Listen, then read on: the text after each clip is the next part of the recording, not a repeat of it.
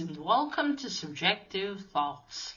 And our comic for today is 4001 AD, issue 3 by Valiant. Now there is violence, death, killing, destruction, shooting, fighting, and a bit of explosions in this one, so if you are in any way squeamish, you have been warned. Also, spoilers. Alright, here's the team.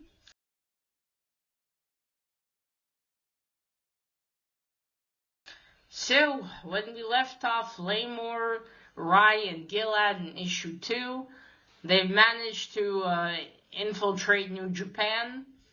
They're in, but of course it seemed a little too easy, and Father sent his mini dragons after them. And they've completely devoured the Exo-Men of War robot suit. They're called, I think, Sanctuaries. They're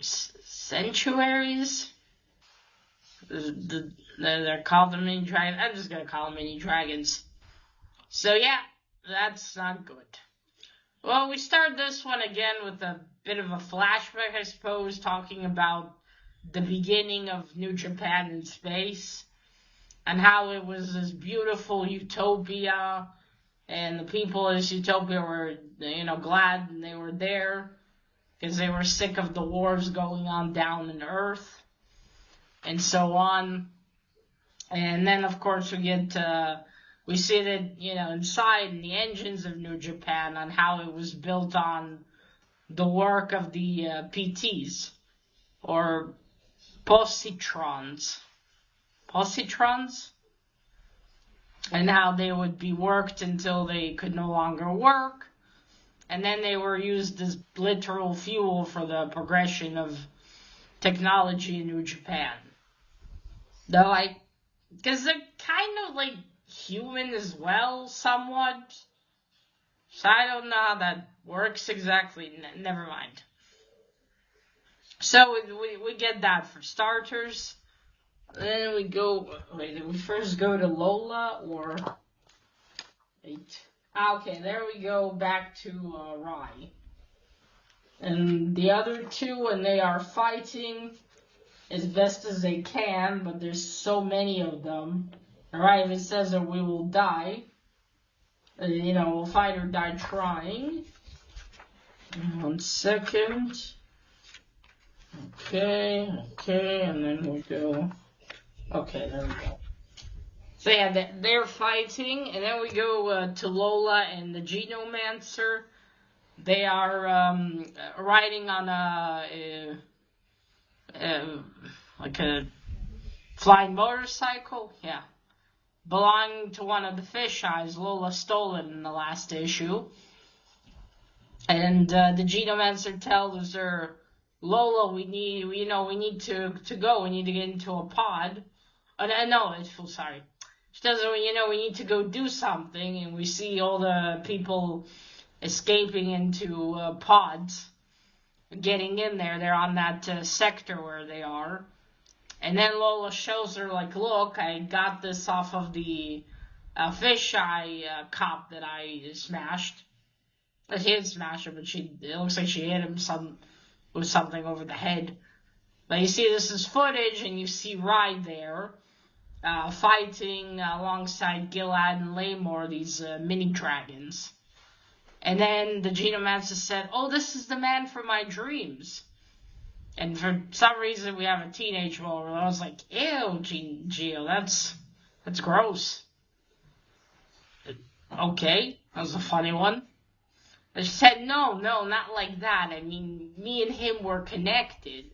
Because they are. He sent her there, Gilad. He sent the Genomancer up there.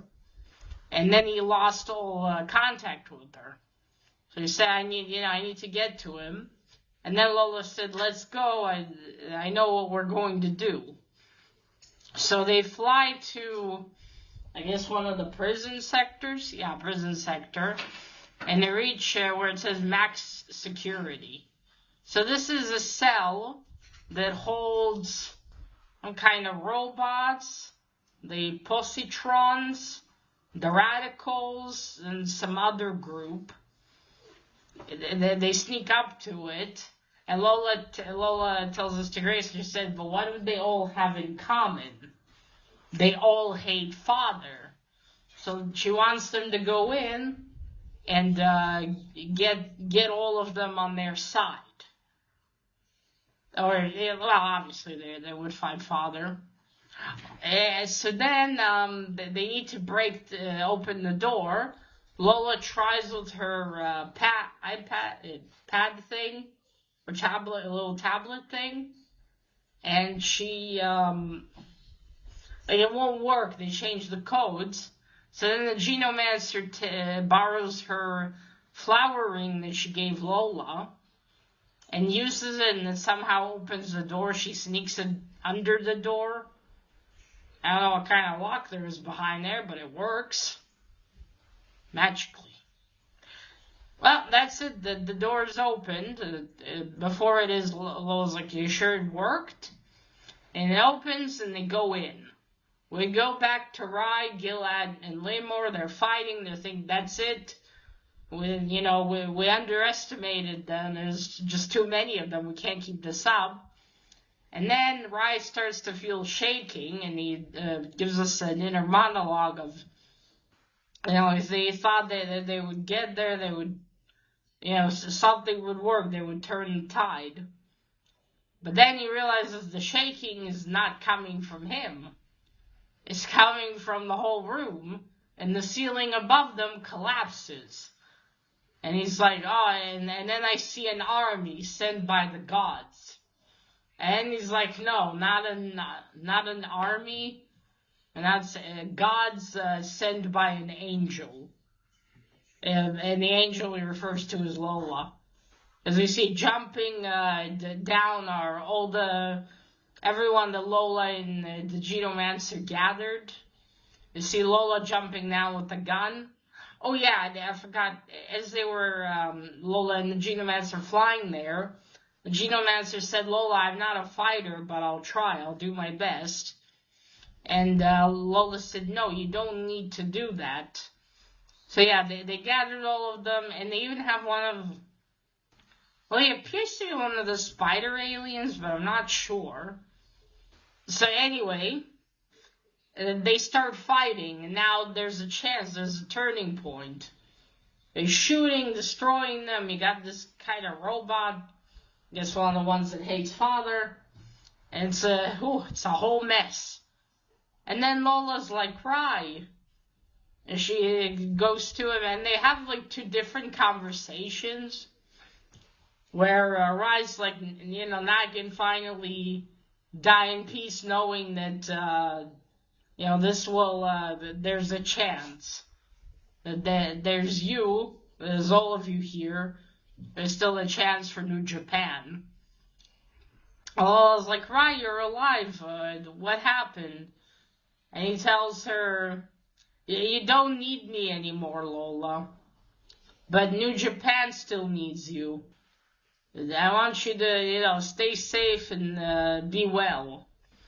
And in another life, I would have been proud to call you daughter. Aw, that was a sweet moment. I guess you could say, I could kind of see it. Rye being her dad. Well, but I hope her parents are alive, but if they're not, she will need a father figure. So, because Rye is about to now go, now that the army of mini dragons is being held back, he's going to go into the network again and fight Father. And he does, like this repair that tree back on Earth did. It,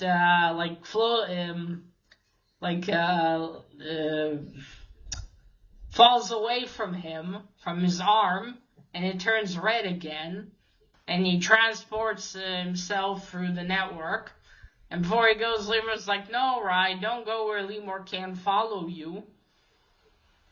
And then we get to the control room where Father is. And he's like, Father. And then Rye's like, and Father tells him, yeah, Rye, my son, you've proven yourself more than all of the other Ryes before you. Maybe you'll be the new Rye that'll just continue to be the protector, where all the others have failed. But Rai of course, not falling for it this time. He tells him, yes, I'm different, because I had my human mother, and from her I got compassion and all that. And the way they write this stuff sometimes is like, okay, in what moment exactly? It took Spylock and, what was the old creepy fucker's name? I forgot his name. But, yeah, it took them getting you in to tell you that you actually had a human mother. So you know what, let's just leave it. You learned you got that from her. So it's gonna be different, and it looks like Father realizes he won't, convince him, so he's grown, I think, bigger since last time Rai, or whose father was controlling. Well, it's basically a shell, so.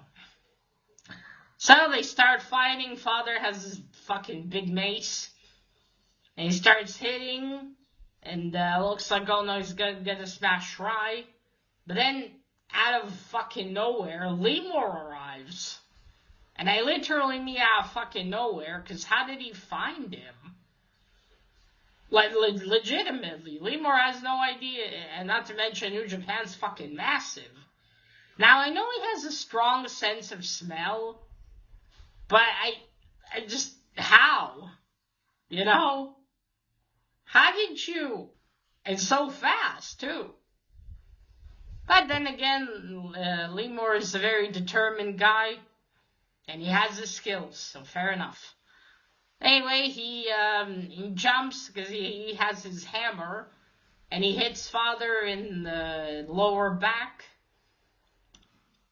and Father turns and says, fool, and he says, you killed my father, you killed my mother, you killed my friends, but you won't kill Rai. And again, Father grabs his mace and is about to hit him, but Lemur puts one hand forward to block it, but the mace destroys his arm. The whole hand and arm are gone. And he does the same to the other one. And then Father just hits him on the head. And Lemur is dead. I was like, no. Why? Why Lemur? Yeah, Lemur, he talks funny. But he's such a good soul. Just to have him killed is just why? Why Lemur? Why? Why are probably the only good people left on Earth? Just a loyal friend, can smell good people, everything, and it's, oh god, I'm so tragic. That just pushes Rai over the edge. Father turns to look at him, and he's like, you shouldn't have done that, Father. And that's how you know this is it. Father's fucked. And even Rai's probably, how could you? So then as Rai is fighting him and practically slicing him apart, he tells us in his thoughts how he once saw this cartoon story the children would read. The children would watch on their tablet things. And it was the story about this beautiful city of glass of mice. And how one of the mice once saw a light and followed it. And once he got to it, he realized that the whole city has been swallowed by a giant snake. And that the mice have been living inside of the snake, but they became so dependent on him that they were scared to leave. But the lone mouse left, but then he felt bad because his friends became weaker and more scared. And so he goes back to the snakes and asks it to release them. But the snake refuses, so then the little mouse slays the snake and slices open its stomach and releases all the mice. And as Rai tells us this, he finally has defeated, or at least, excuse me, or at least it appears that he's finally defeated Father. Because Father just falls, sliced. But again, Father's in the whole of New Japan, so I don't know if he's actually dead. But yeah, so at first, the other mice were angry that, how are they going to manage? But then once they got used to the light, they built an even better and bigger, beautiful city of glass on the remains of the snake. And all this to say is that Rai says at the end, oh, actually, what am I saying? I think Father is dead, finally. Because as soon as Rai slices him fully, orbit degrading, the computer says. Warning. Catastrophic descent imminent. Imminent,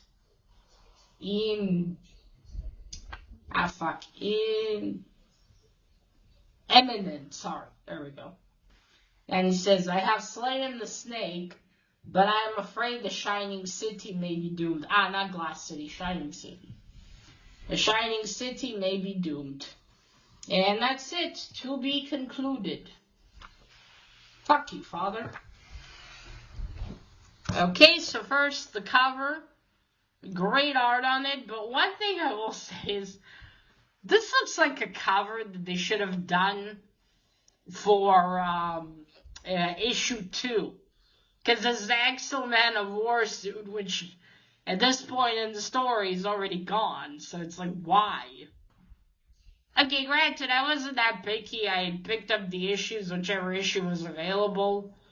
And I don't really care. I'm just saying it's kind of funny because it's kind of like the scene where they find the robot. X-Men of War suit, and it's already long gone. So, why? But yeah, regardless, a really cool image. Excuse my coughing still. Okay, so there's like New Japan, I suppose, in the beginning. Before it was so massive, you see, you got the Utopia, there's a Positron walking with that woman. I guess even back then. So you see there underneath in the beach, you got the Positrons working, and then being used for fuel. Or bastards. Oh, and there are the mini dragons you see here. They are going over to destroy Rai, Gilad, and Laymore. As always, fantastic art. Sorry. My apologies. Okay, now for the story.